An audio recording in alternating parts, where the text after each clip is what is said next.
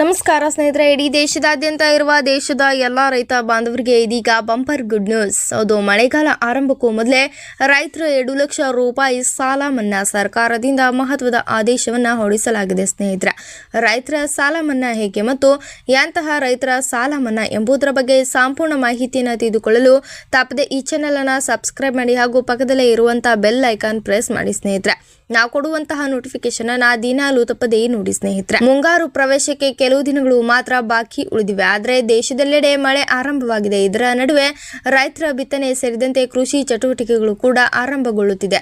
ಇದರ ಬೆಲೆ ರೈತರ 2 ಲಕ್ಷ ರೂಪಾಯಿ ಸಾಲ ಮನ್ನಾ ಆದೇಶ ಹೊರಬಿದ್ದಿದೆ. ಸ್ನೇಹಿತರೆ, ಹೌದು, ಮಹಾರಾಷ್ಟ್ರ ಸರ್ಕಾರದಿಂದ ಈ ಮಹತ್ವದ ಆದೇಶವನ್ನು ನೀಡಲಾಗಿದೆ. ಸ್ನೇಹಿತರೆ, ಮುಖ್ಯಮಂತ್ರಿ ದೇವೇಂದ್ರ ಫಡ್ನವೀಸ್ ಕ್ಯಾಬಿನೆಟ್ ರೈತರ ಸಾಲ ಮನ್ನಾಗೆ ಅನುಮೋದನೆಯನ್ನ ನೀಡಲಾಗಿದೆ. ಸ್ನೇಹಿತರೆ, 36,585 ಕೋಟಿ ರೂಪಾಯಿ ಸಾಲ ಮನ್ನಾ ಸರ್ಕಾರದ ಲೆಕ್ಕಾಚಾರಗಳ ಪ್ರಕಾರ ಈ ಯೋಜನೆ ಕೂಡ ರಾಜ್ಯದ ಒಟ್ಟು 65 ಲಕ್ಷಕ್ಕೂ ಹೆಚ್ಚು ರೈತರ ಬ್ಯಾಂಕ್ ಖಾತೆಗಳನ್ನು ಒಳಗೊಳ್ಳಲಿದೆ. ಸ್ನೇಹಿತರೆ, ಇದರಲ್ಲಿ ಅರ್ಹತೆ ಹೊಂದಿರುವ ಸುಮಾರು 56 ಲಕ್ಷ ರೈತರ ಒಟ್ಟು 36,585 ಕೋಟಿ ರೂಪಾಯಿ ಮೌಲ್ಯದ ಬೆಳೆ ಸಾಲವನ್ನು ಸಂಪೂರ್ಣವಾಗಿ ಮನ್ನಾ ಮಾಡಲು ಸಚಿವ ಸಂಪುಟ ನಿರ್ಧರಿಸಿದೆ. ಹೌದು, ಪ್ರೋತ್ಸಾಹಧನ ಕೊಡುಗೆ ನೀಡಲು ಕೇವಲ ಸಾಲಗಾರರಷ್ಟೇ ಅಲ್ಲದೆ ಬ್ಯಾಂಕ್ಗಳಲ್ಲಿ ಪಡೆದ ಕೃಷಿ ಸಾಲವನ್ನು ಯಾವುದೇ ಬಾಕಿ ಉಳಿಸಿಕೊಳ್ಳದೆ ನಿಯಮಿತವಾಗಿ ಮರುಪಾವತಿ ಮಾಡಿರುವ ಪ್ರಾಮಾಣಿಕ ರೈತರಿಗೂ ಕೂಡ ಸರ್ಕಾರ ದೊಡ್ಡ ರಿಲೀಫ್ ನೀಡಿದೆ. ಇಂತಹ ನಿಯಮಿತವಾಗಿ ಸಾಲ ಪಾವತಿಸಿದ ರೈತರ ಖಾತೆಗಳಿಗೆ ಸರ್ಕಾರದಿಂದ ತಲಾ 50,000 ರೂಪಾಯಿವರೆಗೆ ಪ್ರೋತ್ಸಾಹಧನ ನೀಡಲು ಕ್ಯಾಬಿನೆಟ್ ನಿರ್ಧಾರ ಕೈಗೊಂಡಿದೆ. ಸ್ನೇಹಿತರೆ, ಇದಲ್ಲದೆ ಸಚಿವ ಸಂಪುಟ ಸಭೆಯಲ್ಲಿ ಈ ಐತಿಹಾಸಿಕ ತೀರ್ಮಾನಕ್ಕೆ ಒಪ್ಪಿಗೆ ಸಿಕ್ಕಿದರೂ ಸಹ ಸರ್ಕಾರದ ವತಿಯಿಂದ ಅಧಿಕೃತ